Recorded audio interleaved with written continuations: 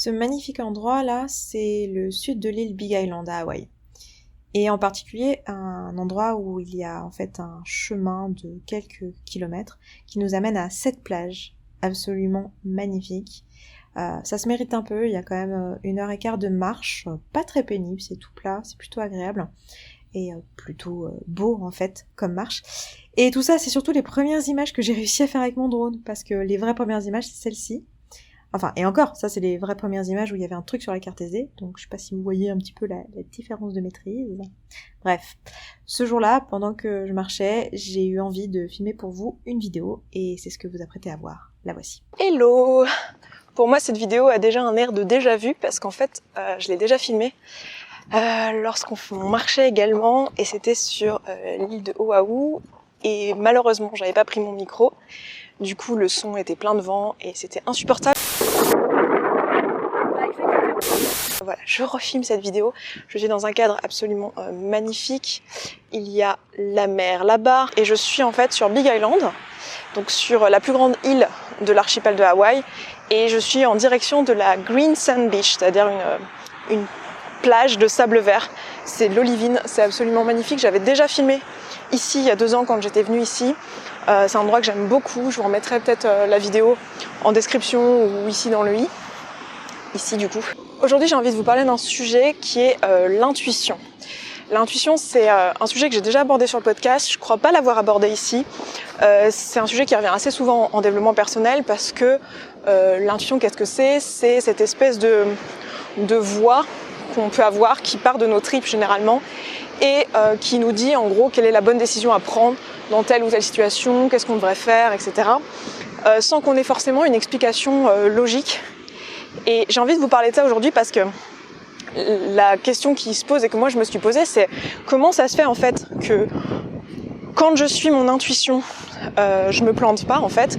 Globalement, les décisions que je prends en suivant mon intuition sont tout le temps, se sont toujours avérées être les bonnes, alors que lorsque je fais un raisonnement logique, je pèse le pour et le contre et que je prends la décision la plus rationnelle, en fait, je prends pas forcément la bonne décision.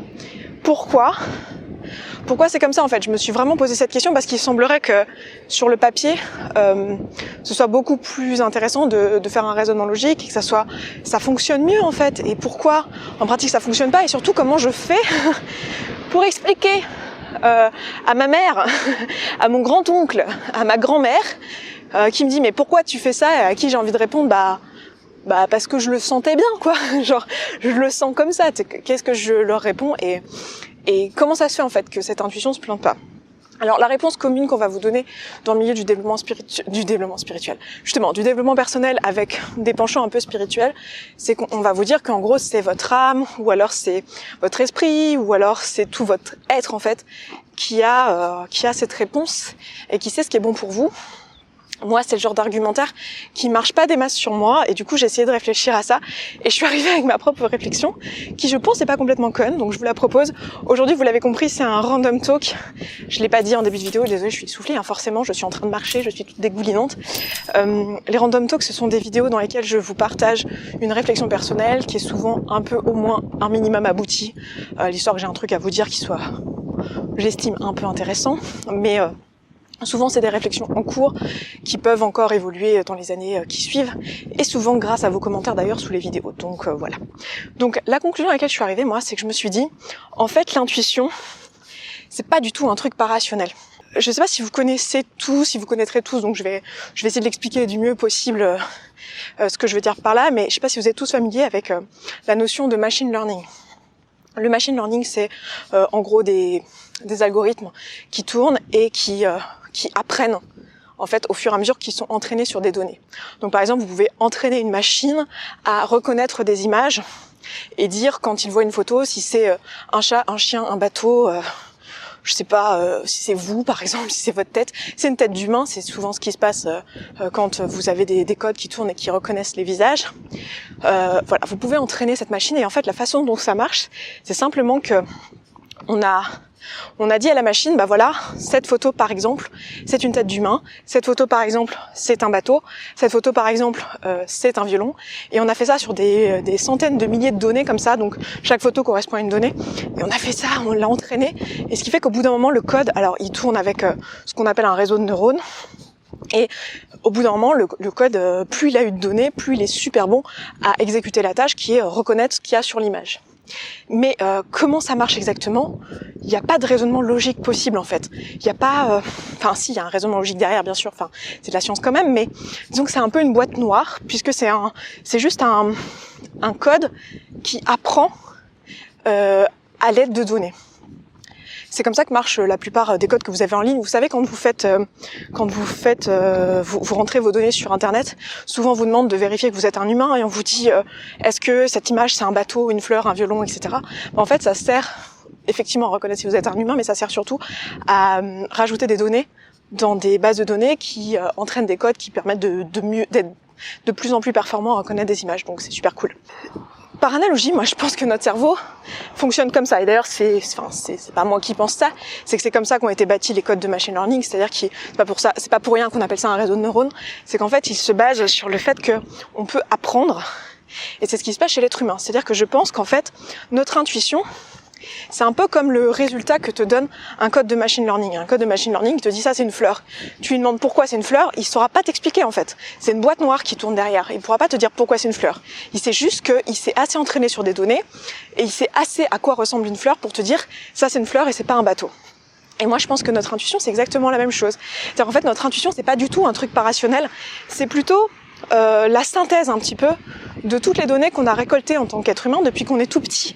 Depuis qu'on est gamin, on est confronté à des tas de situations, on est confronté à des gens, à potentiellement différentes cultures, différentes situations, et tout ça, c'est des données que notre cerveau a récoltées.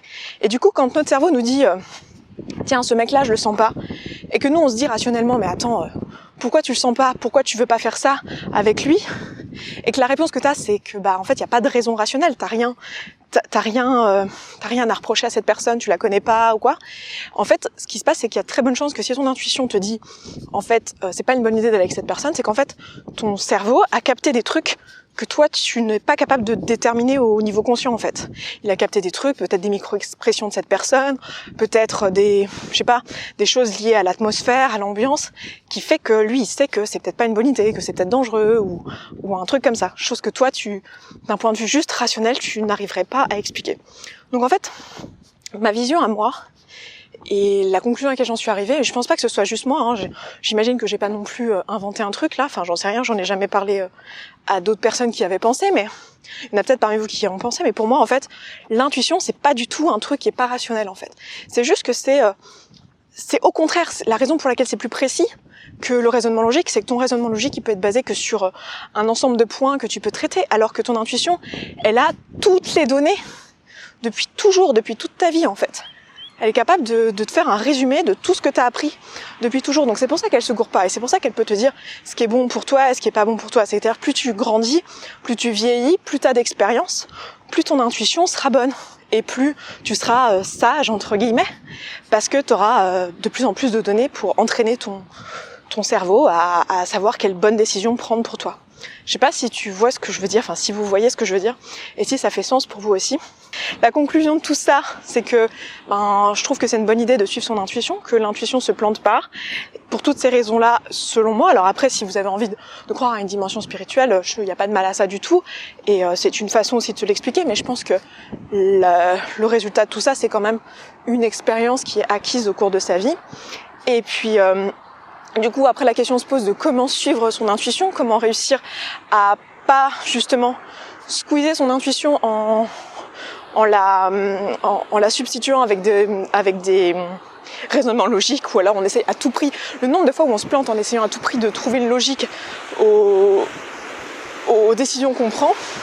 Donc comment faire en fait pour vraiment écouter son intuition et ne pas prendre des décisions basées juste sur un raisonnement logique qui pourrait nous emmener du coup dans la mauvaise voie pour nous.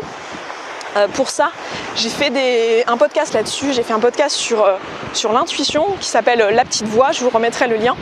Là on entend très bien la mer parce que je suis vraiment très très proche. Regardez. Yay! Et je vous mettrai aussi en description un autre podcast qui était sur l'ego, qui nous explique pourquoi est-ce qu'on fait ça en fait. Pourquoi on ne suit pas toujours notre intuition et quel est l'intérêt à ça, qu'est-ce qu'on y gagne, parce qu'on n'est pas, enfin je pense que ça nous est tous arrivé en fait, de faire des trucs tout en sachant que c'est pas les meilleures choses pour nous, mais on les fait parce qu'on a peur, parce qu'on a envie de se protéger, parce que socialement ça se fait pas ou pour plein d'autres raisons. Donc voilà, écoutez, je m'arrête là dans cette vidéo, je vous laisse avec des magnifiques images, je vous embrasse et je vous dis à la prochaine. Ciao ciao. Voilà, donc ça c'est ce qui arrive lorsque on interdit aux youtubeurs d'utiliser leur musique préférée en fait.